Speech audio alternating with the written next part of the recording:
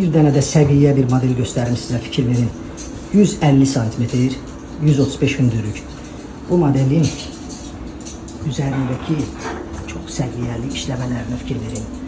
Yəni bunların oturmağına çox belə elegant, çox aristokrat bir modeldir.